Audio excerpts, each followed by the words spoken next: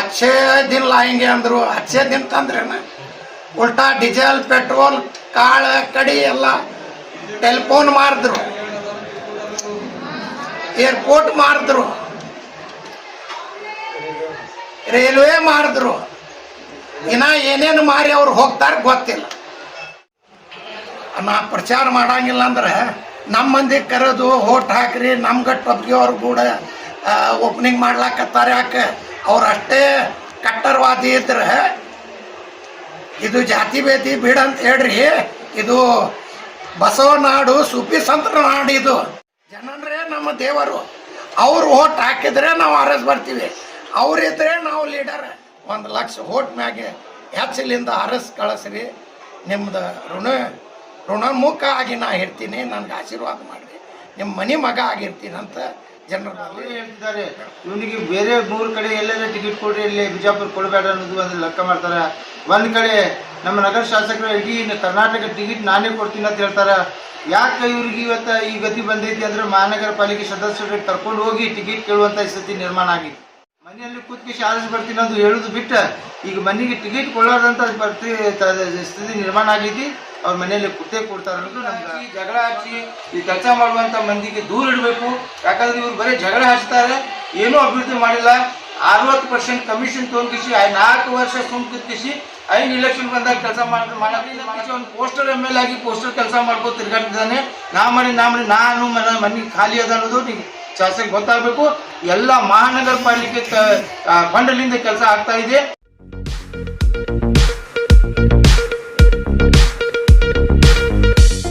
R1 news में आपका स्वागत है। मैं आपके साथ फरहान नाज। कांग्रेस पक्ष के सिटी उम्मीदवार हमीद मुशर्रफ ने जनता से निवेदन किया है कि मुझे ज़्यादा वोट देकर जिताए, मैं आपका बेटा बन के काम करूँगा और सभी जाति के लोग हमारे हैं, मुझे धर्म की राजनीति करने नहीं आता, कहा हमीद मुशर्रफ ने। बीजेपी के कार्यकर्ता बता रहे हैं कि अगर हिंदू हुलिये तो 2-3 मतक क्षेत्र से चुन के आएँ। उन्हीं की बात बताए अलहाज अब्दुल रज़ाक हौरती ने। सिर्फ नगर में 2-4 रोडों का काम हुआ है, बाकी सब ऐसे ही हैं, नगर में कुछ भी काम नहीं हुआ है, कहा अब्दुल हमीद मुशर्रफ ने। और खबरों के लिए देखते रहिए R1 न्यूज़ बिजापुर। ಸರ್, ಈಗ ಕಾಂಗ್ರೆಸ್ನಿಂದ ನಿಮಗೆ ಟಿಕೆಟ್ ಫಿಕ್ಸ್ ಆಗಿದೆ, ಏನು ಜನತೆಗೆ ಏನು ಹೇಳಕ್ಕೆ ಇಷ್ಟಪಡ್ತೀರಾ ಸರ್? ಜನತೆಗೆ ಎಲ್ಲಾರ್ಗೆ ನನಗೆ ಈ ಸರ್ತಿ ಆಶೀರ್ವಾದ ಮಾಡಿ ನನಗೆ ಆರಿಸ್ತಾರೆ. ಆ ಸರ್ತಿ 70 ಸಾವಿರ ನನಗೆ ಓಟ್ ಹಾಕಿನಿ. ಈ ಸರ್ತಿ 1 ಲಕ್ಷ ಮ್ಯಾಗ ಓಟ್ ಹಾಕಿ ನನಗೆ ಆರಿಸ್ತಾರೆ ಅಂತ ವಿನಂತಿ ಮಾಡ್ಲಿಕ್ಕೆ ನಿಮ್ಮ ಸೇವಕ್ಕಾಗಿ ನಾ ಕೆಲಸ ಮಾಡ್ಲಿಕ್ಕೆ ತಯಾರಿದ್ದೀನಿ. ನನಗೆ ಈ ಸರ್ತಿ ಆಶೀರ್ವಾದ ಮಾಡಿ ನನಗೆ ಆಶೀರ್ವಾದ ಮಾಡ್ರಿ ಅಂತ ವಿನಂತಿ ಮಾಡಿ. ಸರ್, ಈಗ 5 ವರ್ಷದಲ್ಲಿ ಏನೇನು ಕೆಲಸಗಳಾಗಿಲ್ಲ, ಈಗ ನೀವು ಏನು ಮಾಡಕ್ಕೆ MLA ಆದರೆ ಒಂದು ವೇಳೆ ಏನು ಮಾಡಬೇಕು? ಭಾಳ ಕೆಲಸ ಆಗಿಲ್ರಿ, ಏನೂ ಕೆಲಸ ಆಗಿಲ್ಲ. ಬರೀ 1-4 ರೋಡ್ ಆದ್ರೆ ಆಗಿಲ್ರಿ. ಎಲ್ಲ ಡ್ಯಾಮೇಜ್ ಆಗಬೇಕು, ಎಲ್ಲ ಕರೆಂಟ್ ಕೆಲಸ ಆಗಬೇಕು, ನಳದ ಕೆಲಸ ಆಗಬೇಕು. 24 ತಾಸು ಪೂರಾ ಸಿಟಿಗೆ 24 ತಾಸು ನೀರು ಕೊಡಬೇಕು. ಸರ್, ಈಗ ಮತ್ತೆ ಈಗ ನೀವು 2,000 ರೂಪಾಯಿ ಪ್ರತಿ ತಿಂಗಳು ಮಹಿಳೆಗೆ ಕೊಡ್ತೀನಿ ಅಂತೇಳಿ ಇದು ಮಾಡಿದ್ದೀರಾ.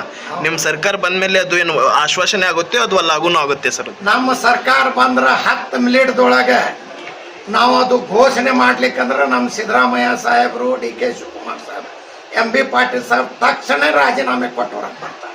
ನಮ್ಮದು ಸುಳ್ಳು ಸರ್ಕಾರ ಇಲ್ಲ, ಬರೇ ಆಶ್ವಾಸನೆ ಕೊಡೋ ಸರ್ಕಾರ ಇಲ್ಲ. ಏನು ಮೋದಿ ಸಾಹೇಬರು ಕೊಟ್ರಲ್ಲ 15 ಲಕ್ಷ ಕೊಟ್ರೇನ್ರಿ? ಇಲ್ಲ ಇಲ್ಲ ಕಾಲಾಧನ್ ತಂದ್ರೇನ್ರಿ?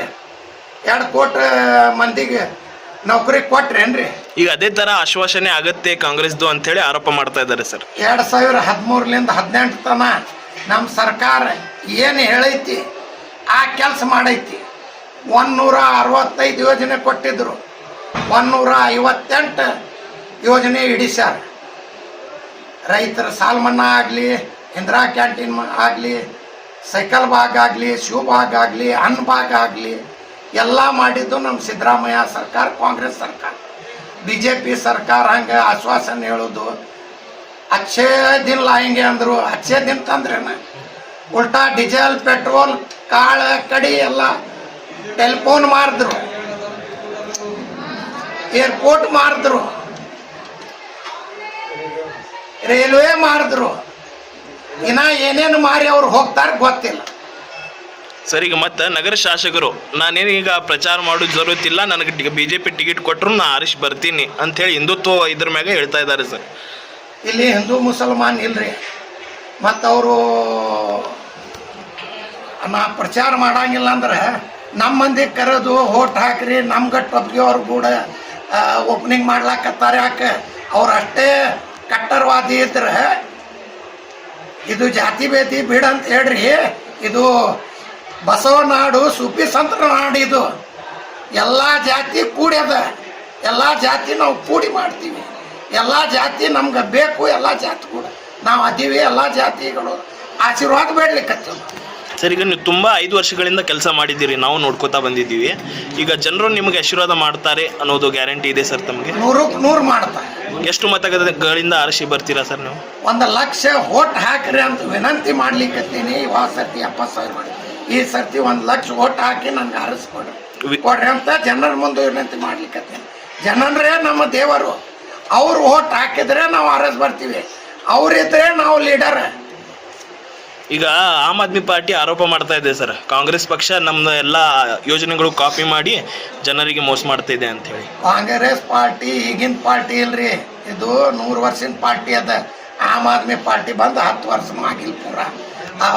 ಅವ್ರ ಮಾತು ನಾವೇ ಯಾಕೆ ಕೇಳೋನು? ಅವ್ರು ಮಾಡಂತ ಹೇಳ್ರಿ, ನಾವು ಮಾಡ್ತೀವಿ. ಈ ಸರ್ತಿ ನನಗೆ 1 ಲಕ್ಷ ಓಟ್ ಮ್ಯಾಗೆ ಹೆಚ್ಚಲಿಂದ ಹರಸ್ ಕಳಿಸ್ರಿ.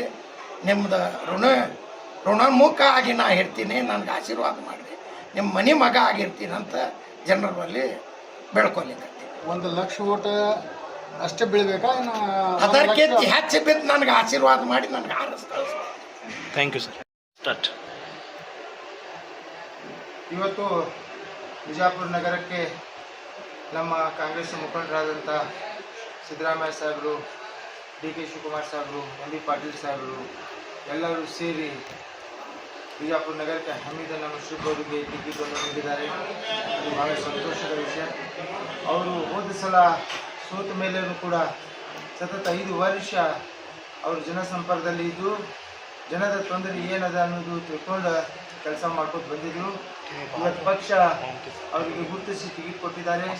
ನಾವು ಎಲ್ಲರೂ ಅವ್ರ ಜೊತೆಯಲ್ಲಿ ಇದ್ದೀವಿ. ಈ ಸಲ ಯಾವುದೇ ಪರಿಸ್ಥಿತಿ ಒಳಗೆ ಅವರಿಗೆ ಶಾಸಕರನ್ನು ಮಾಡಿ ಜನರ ಸೇವೆ ಮಾಡಲಿಕ್ಕೆ ಅವಕಾಶ ಮಾಡಿಕೊಡ್ತೀವಿ ಅನ್ನೋದು ಎಲ್ಲರ ಭಾವನೆ ಆಗಿದೆ. ಇಲ್ಲಿ ಸೂಫಿ ಸಂತ ನಾಡಿದು, ಇಲ್ಲಿ ಎಲ್ಲರೂ ಒಳ್ಳೆಯದು ಬಯಸ್ತಾರೆ. ಬಿಜಾಪುರ ಅಂದ್ರೆ ಒಂದು ಭಾವೈಕ್ಯತೆಯ ಊರು. ಇಲ್ಲಿ ಭಾಳಷ್ಟು ಮಂದಿ ಎಲ್ಲ ಸಮಾಜ ವರ್ಗದವರು ಕೂಡ್ಕೊಂಡು ಕಿಸಿ ತಮ್ಮ ಅಭಿಪ್ರಾಯಗಳನ್ನು ವ್ಯಕ್ತಪಡಿಸಿದ್ದಾರೆ.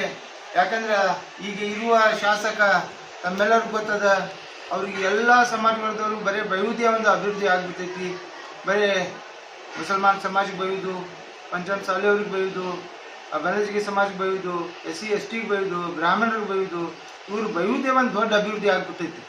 ಇಡೀ ರಾಜ್ಯ ಮತ್ತು ರಾಷ್ಟ್ರ ಇವ್ರ ಸಲುವಾಗಿ ಭಾಳಷ್ಟು ವಿಚಾರ ಮಾಡ್ಕೋತ ಈ ಸಲ ಅವರು JP ನಡ್ಡಾ ಅವರೇ ಹೇಳ್ತಿದ್ದಾರೆ, ಇವನಿಗೆ ಬೇರೆ 3 ಕಡೆ ಎಲ್ಲೆಲ್ಲ ಟಿಕೆಟ್ ಕೊಡ್ರಿ, ಇಲ್ಲಿ ಬಿಜಾಪುರ ಕೊಡಬೇಡ ಅನ್ನೋದು ಒಂದು ಲೆಕ್ಕ ಮಾಡ್ತಾರೆ.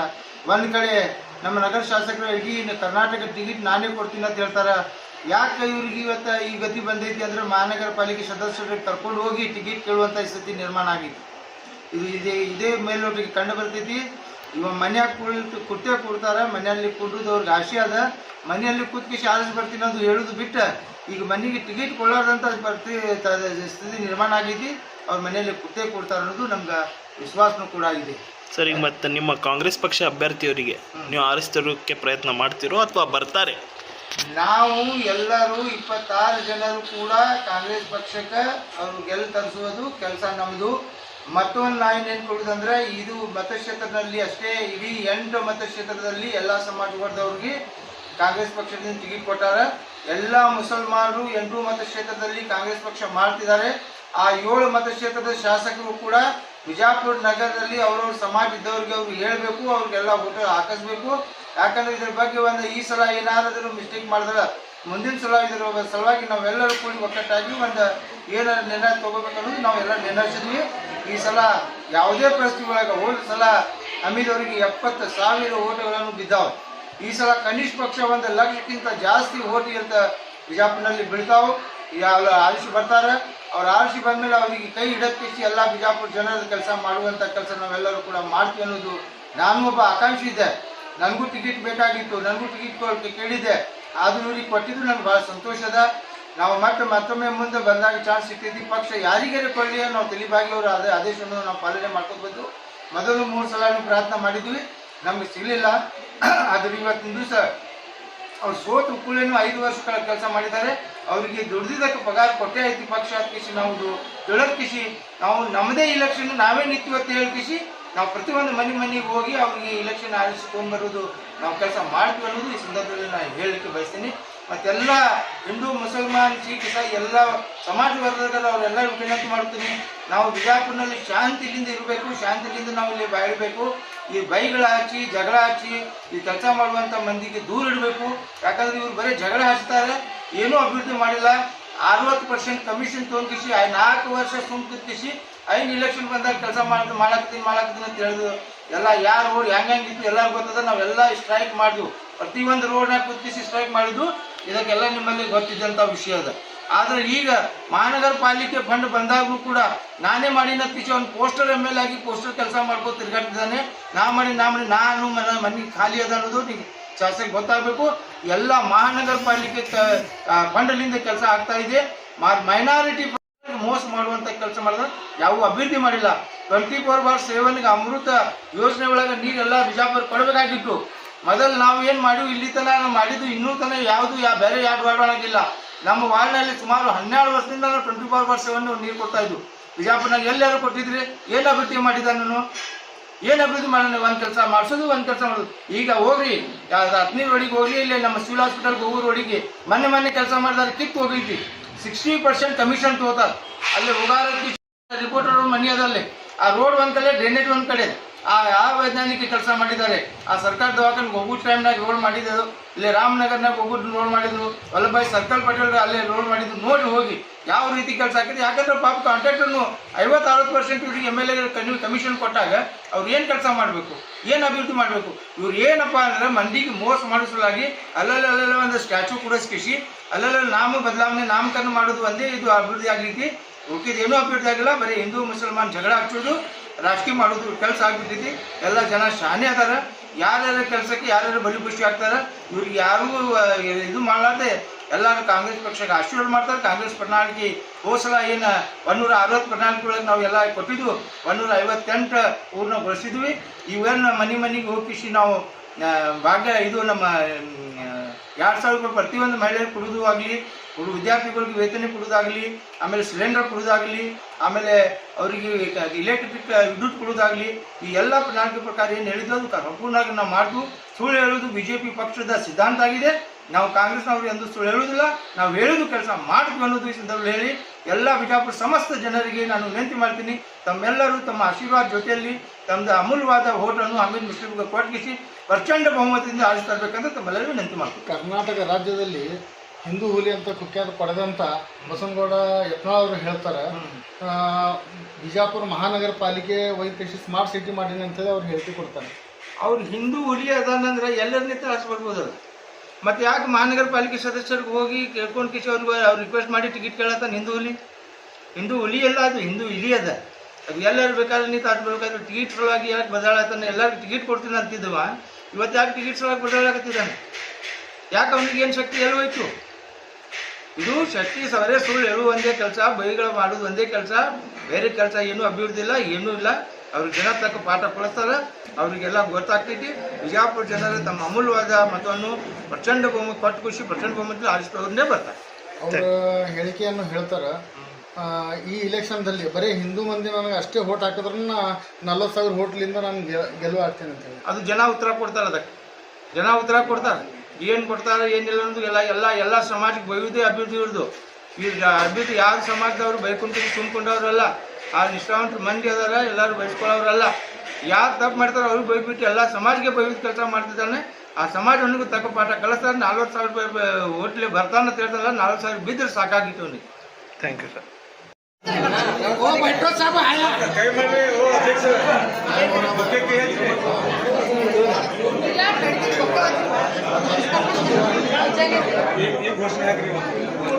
कांग्रेस पक्षಕ್ಕೆ